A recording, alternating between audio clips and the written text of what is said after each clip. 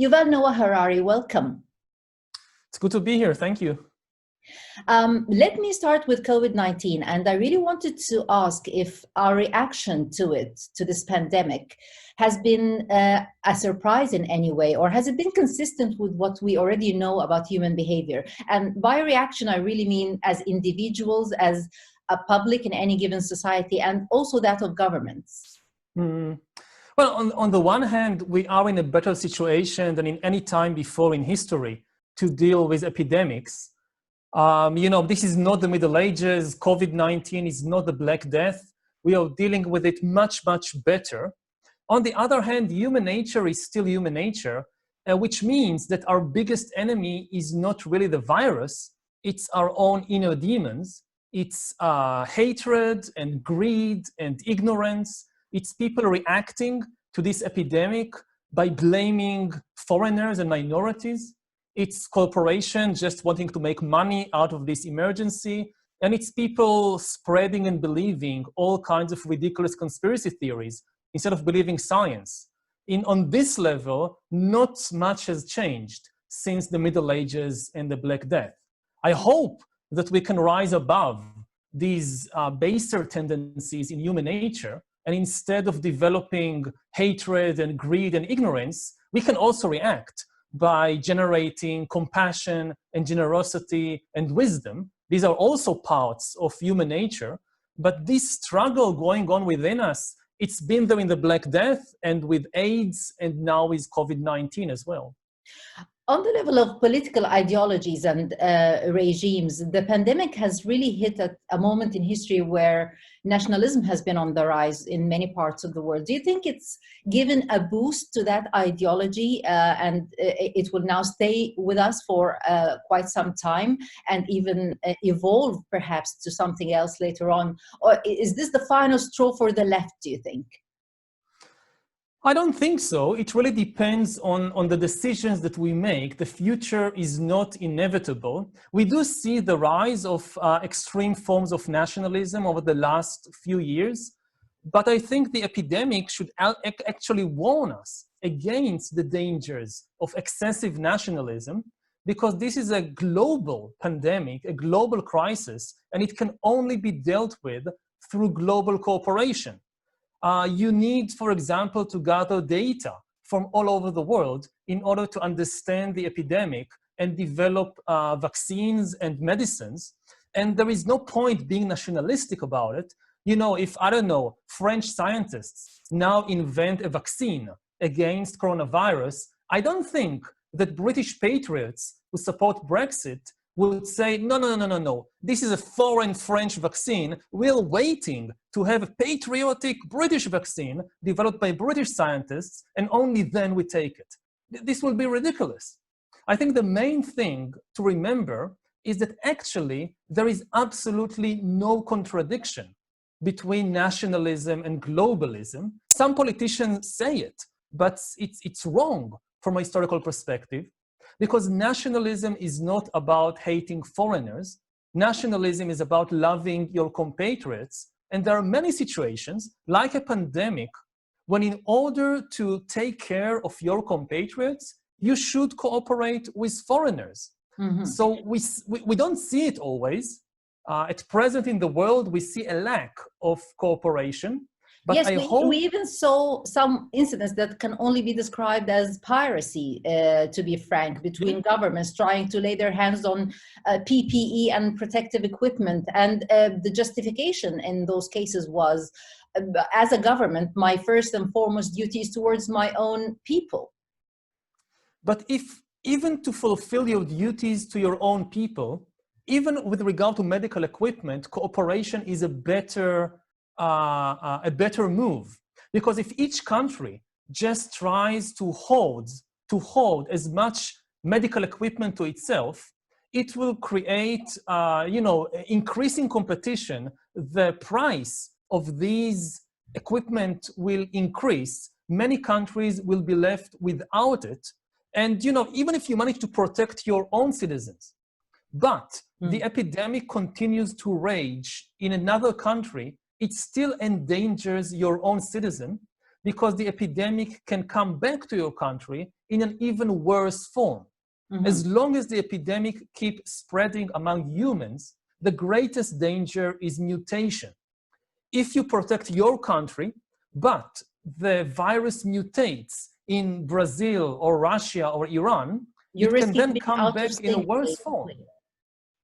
Excuse me? You're risking being out of sync with the rest of the world in terms of mutation and combating the virus.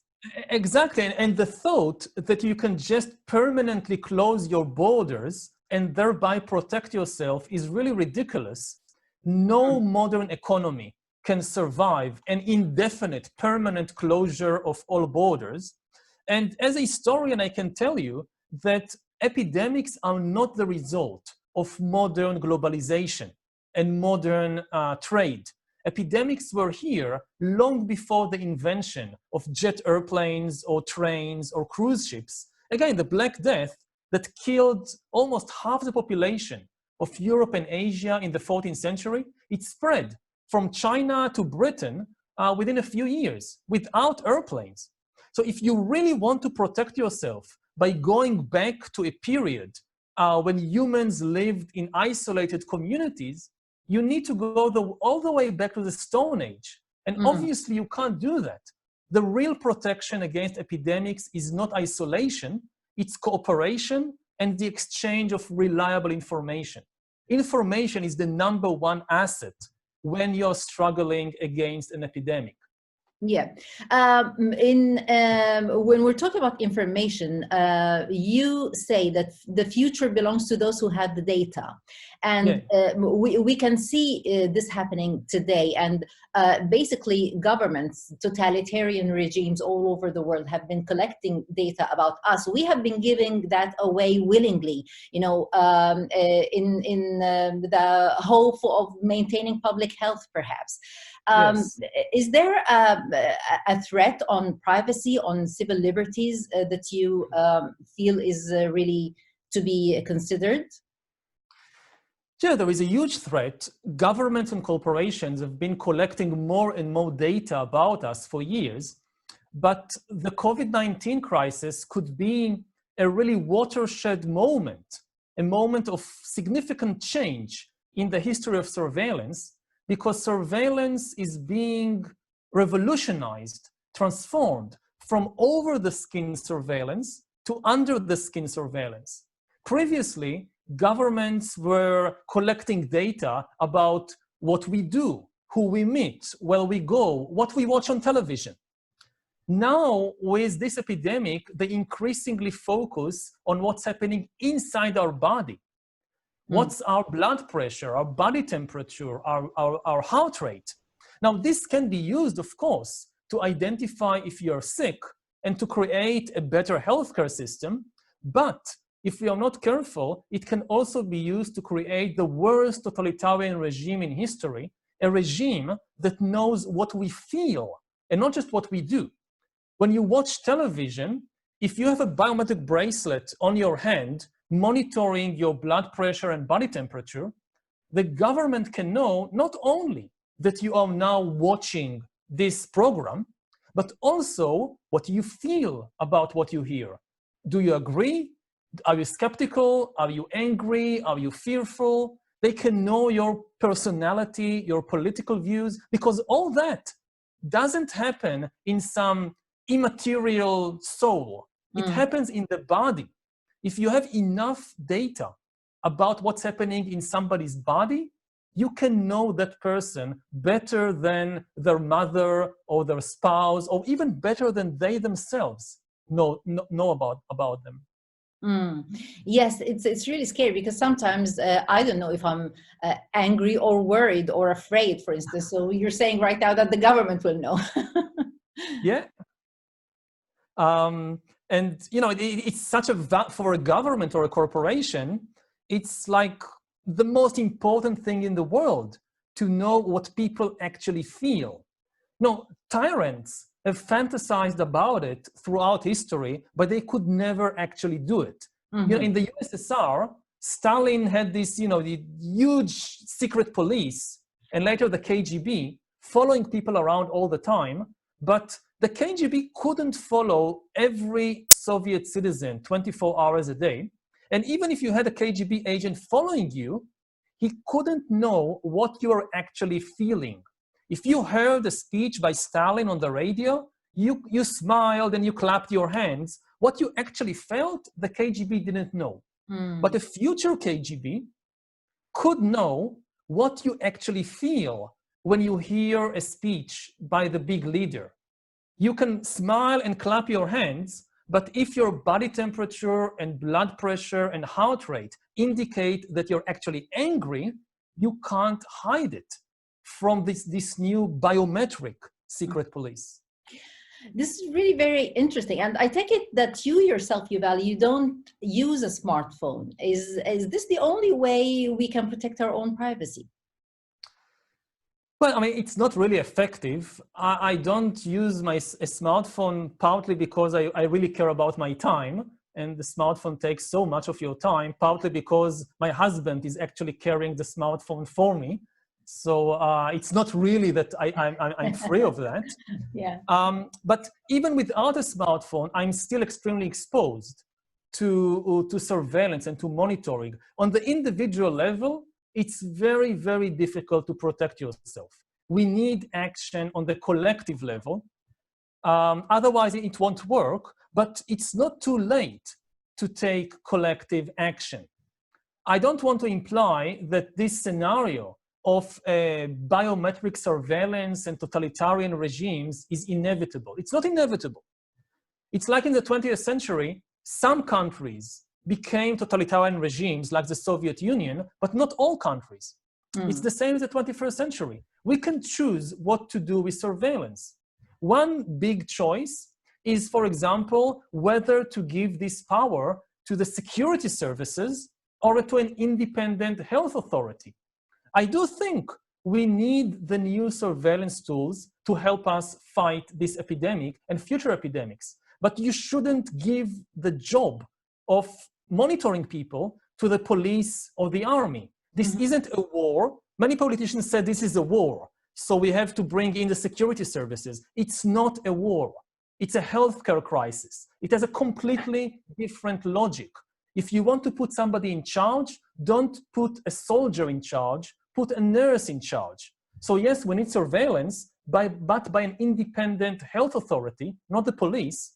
And secondly, if we increase surveillance of the citizens at exactly the same time, to balance it, we should also increase surveillance of the government. Surveillance can always go both ways. So if you increase surveillance of me, at the same time, you should increase surveillance of the government, for instance, to fight corruption. Governments are now spending money like water, billions and billions of dollars. We need close surveillance to see where the money is going. And if they say, no, it's too complicated, well, if it's not too complicated to monitor me, then it's not too complicated to monitor you, the government, at the same time. And if we do that, if we have a surveillance both ways, then we have a balance and the danger of totalitarianism is avoided. There's been a lot of talk about the new normal, as it's described, and in terms of social distancing in particular, is there any possibility that this is really here to stay, that today's children are going to grow up behaving differently from previous generations, and then they will teach their offspring these new ways? Today's children will grow up differently in a different society, but I don't think because of COVID-19. I think the epidemic will cause a lot of changes on the institutional level, in the economy, in politics, but on the level of the basic social instincts of humans, I don't think it is here to stay. Humanity has been through worse epidemics before. 30 years ago, we had the beginning of the AIDS epidemic, which was much, much worse than COVID-19. Today, if you get COVID-19, in most cases, you'll be okay. In the 1980s, if you got AIDS, you died. It was a death sentence. And nevertheless, it did not change human nature in a fundamental way. It did not change human sexuality and romantic life in a fundamental way. So I don't think that COVID-19 will do such a thing. It will, however, it is likely that it will change many things on the institutional level. The job market, for example, could be different. It could be far more common for people to work from home, things like that. Okay, let's move now to some of the ideas in your books and in your talks. And let me start with religion. Can humans ever live without religion, in your opinion? Well, it depends how you define religion. Religion is a human creation, and humans have created it to serve them and have been changing it again and again throughout history. Humans like us have been around for at least 50,000 years. All the big religions that we know today in the world, like Christianity and Hinduism and Islam and Judaism, they have been created only in the last 3,000 years. That's all. They are very, very new in historical terms. Humans have been and have flourished long before these religions, so they don't really need them. But humans do need some kind of belief system, some kind of mythology, because large-scale human cooperation depends on a shared mythology, on shared stories. We control this planet and not the chimpanzees or the elephants because we can cooperate in much larger numbers than chimpanzees. And we can cooperate in large numbers because we can create and believe fictional stories. You examine any large-scale human cooperation, you always find fictional stories at its basis. It's true of religion, it's true of the economy. The modern economy is also based on stories about money or about corporations. Corporations are a fiction. They are just a story we believe. You can't touch Google, you can't smell it, you can't eat it, it has no taste. Just like gods, it's a story we created. And it's the same with money. And this is something chimpanzees can't do. Chimpanzees don't have money. And you can never convince a bunch of chimpanzees to come together and fight against another group of chimpanzees by promising to them that if you die fighting against these foreign chimpanzees, you will go to chimpanzee heaven, and there you will get lots and lots of bananas for your good deeds here on earth. No chimpanzee will ever believe that. No chimpanzee will be willing to risk their life for such a story. Humans do believe such stories. And this is why we can create armies and empires, and this is why we rule the world and not these chimpanzees. In Homo Deus, you mentioned that man himself is seeking divinity. And I'd like to explore that a bit more, because I'm guessing you don't mean that man wants to be a god, with a capital G, all, powerful and omnipresent and creator and father of all things, like Christians believe. Perhaps maybe you mean that man is striving to be super smart, to live longer. Yes, and above all else, we are seeking the power of creation. With things like genetic engineering, like artificial intelligence, we are now not only seeking, we are actually gaining the power to create new kinds of living beings or to re-engineer existing living beings. Microorganisms like viruses and bacteria, plants, animals, and even humans. And, in all mythologies, this was considered a divine power, the ability to engineer life. And we are now seeking this power for ourselves. And this is what I mean when I say that humans are trying to upgrade themselves into gods. Not the God from the Bible, but a God in the sense of able to re-engineer life. Mhm. And that brings me to the point of human immortality. And you also talk of death being increasingly regarded by scientists as a mere technical glitch, and that they're trying to overcome this glitch right now. Could you explain a bit more about the challenges that this could mean if human immortality is ever achieved? Well, it won't happen in the next few years, so we don't have to Okay, worry that's about good. it too Get this much. out of the way, not to worry too much. But the change the conceptual change is already here. For most of history, death was considered the human destiny, part of some divine plan. So the wisest people in the world, they were not trying to overcome death. They were trying to explain death, to give it meaning. And usually the meaning of life came only after you died. In religions like Christianity or Hinduism, if there is no death, the whole religion doesn't make any sense. Because it's only what happens after you die that gives meaning to everything that happened while you were alive. Now, in the last few centuries, at least in modern societies, the ideas changed. Death is increasingly seen as a technical problem that humans can solve, that people don't die because the laws of nature or God say so. It's only because of some technical problem, like a virus spreading in our lungs.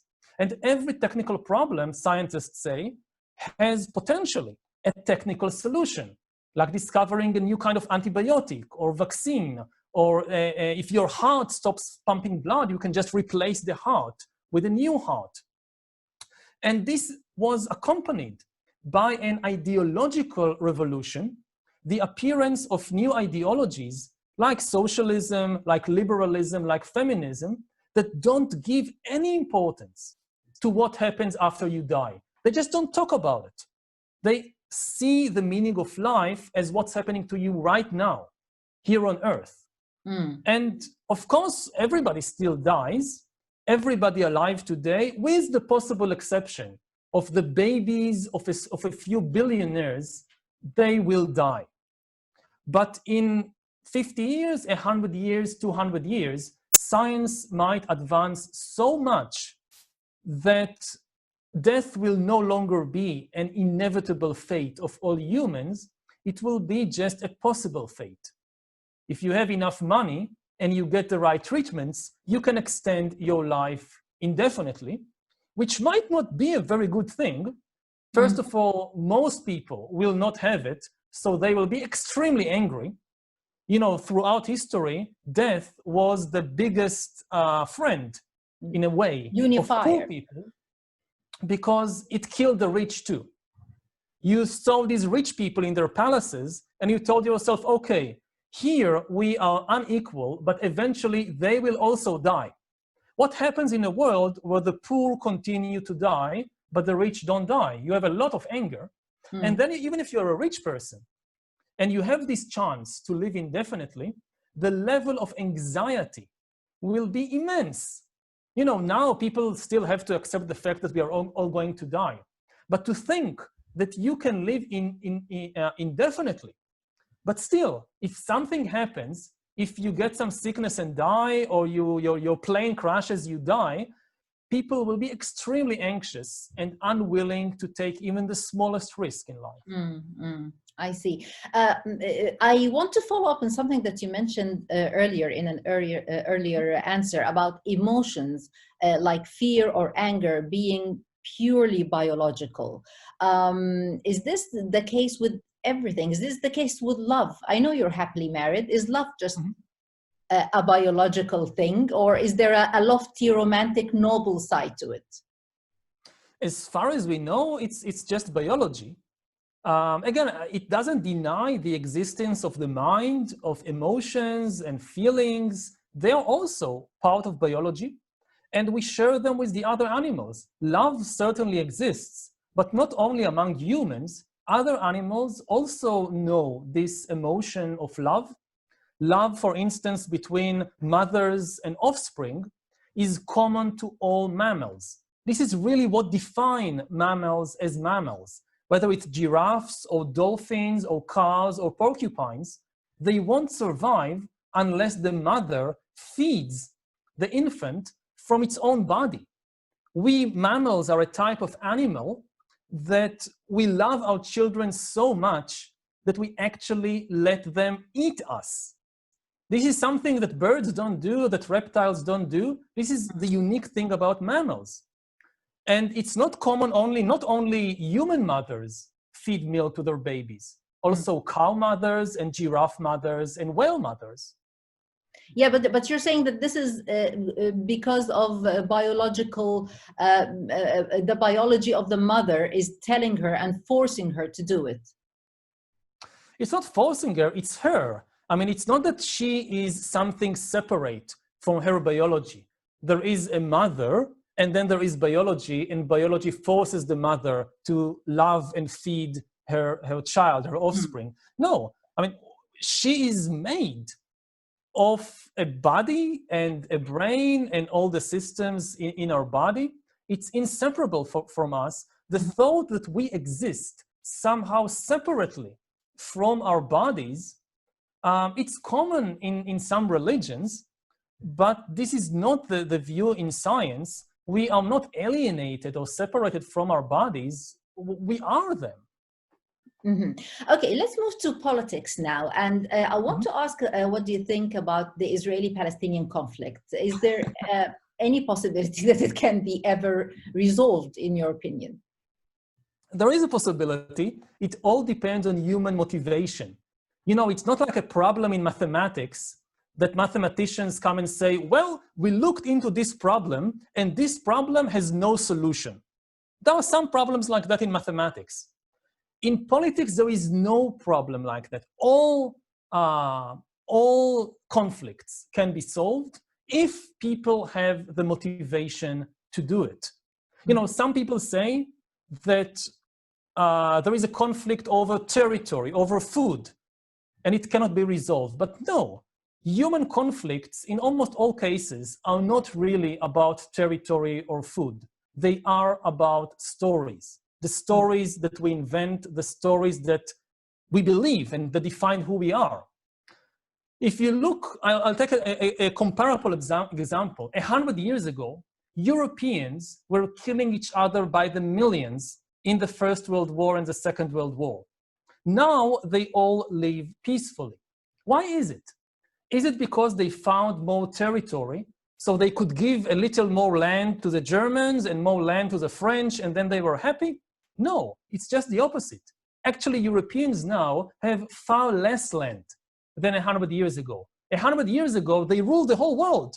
They ruled the Middle East and Africa and Asia and India, and still they were not satisfied, and they were fighting each other. Now, they don't have all these empires, but they live in peace. Why? Because they have found a story that both the French and the Germans and the British and the Italians, they can all share it. So they have peace. Now, I hope something like this can happen also in Middle East, also with the Israelis and Palestinians. I don't see it happening anytime soon. Because of the lack of motivation. What are your views, Yuval, about the annexation of occupied land in the West Bank by Israel? We need to wait and see whether it actually happens or not. I think it's a very dangerous move. The international system, the world order, since 1945, has been built on several fundamental laws. And one of these laws, maybe the most fundamental, is that you don't change borders and you don't conquer territory by force. It happened a few times since 1945, but far less than in any previous time in history. Until 1945, history was a story of conquests. You know, you had all these Attila the Hun and Genghis Khan and the Ottomans and the Romans going around conquering empires and other kingdoms and other people. And since 1945, this has happened less and less. There is actually not a single case of an internationally recognized country that was completely obliterated from the face of the earth by foreign conquest. Some countries collapsed or divided, like the Soviet Union or Yugoslavia, but it was done through the disintegration of the country into its component parts, not through foreign occupation. In the last few years, we have been seeing a very worrying tendency to ignore or to break this fundamental law, whether it's by Russia in the Crimea, whether it's by Israel in the occupied territory. And the danger is that if you break this law more and more, the world will revert to chaos. The world will revert to a jungle situation in which nobody can feel safe. And again, as a historian, I can tell you that you don't want to live in such a jungle. As bad as things look right now, we are still in a more peaceful situation than in any previous time in history.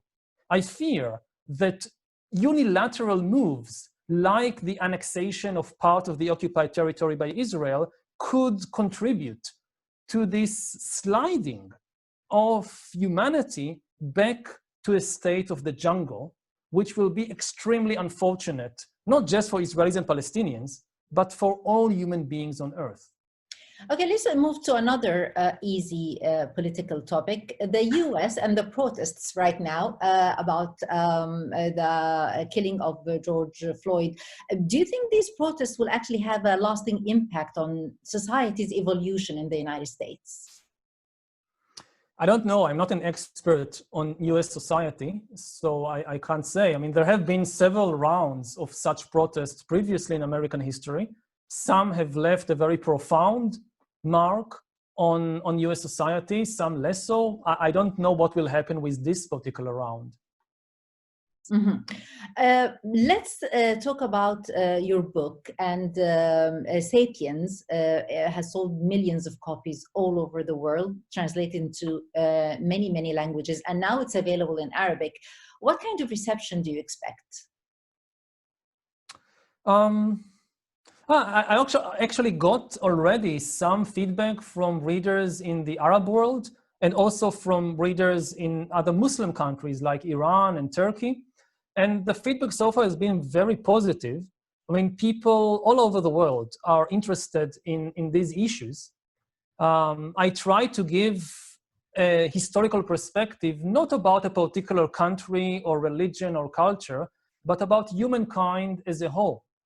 In most countries, people learn only the history of their country and their culture, which is fine, but it's not enough because we now live in a global world and your fate is shaped by what's happening on the other side of the world, in China, in the US, and so forth. So people need a good understanding of global history and not only of their national or local history. And this is what I try to provide in the book. In 400 pages, the whole history of humankind, in a way which will be accessible and interesting, not to a professor in university, but say to the average teenager. And I hope that people in the Arab world will be as interested in this as people in China or in Europe, because they have an impact on the world which is as big as that of people elsewhere. Personally, I was surprised to know that the book is already available, because as far as I know, many Arab governments would have a problem with publishing a book by an Israeli author. Did you find it challenging to get your book officially allowed to circulate in the Arab world?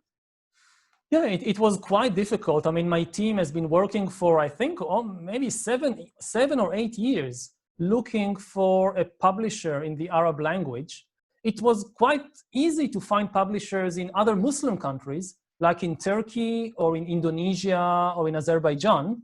But in the Arab world, we tried in Lebanon, in Egypt, in Kuwait, in Saudi Arabia. They showed interest, but once they realized that it's by an Israeli author and that it touches on sensitive issues like religion and evolution, they said, no. And eventually we had actually to publish it with a publisher in India, It's being published in India and then shipped and sold in the Arab world. So yeah, it took a long time and it was difficult. Last year you were criticized, Yuval, because when the Russian translation appeared of your third book, it turned out that you seem to have permitted some omissions and amendments. I understand because you didn't want to step on anybody's toes around the Kremlin. Would you be prepared to do something similar in the future with other translations, maybe Arabic or other languages? We have a policy about making local adaptations. If the adaptation concerns only some example that appears in the book, then we are willing to change it, to replace a very sensitive example by a less sensitive example, because it's just the example. It doesn't change the main message, the main idea. But if it concerns one of the main ideas of the book, then absolutely not. For instance, if people would come and say, okay, we'll publish it in this country, but only if you drop all the references to evolution, because we don't believe in evolution here, then I would say absolutely not. In such a situation, there is no point doing it. Yuval Noah Harari, thank you very much. Thank you.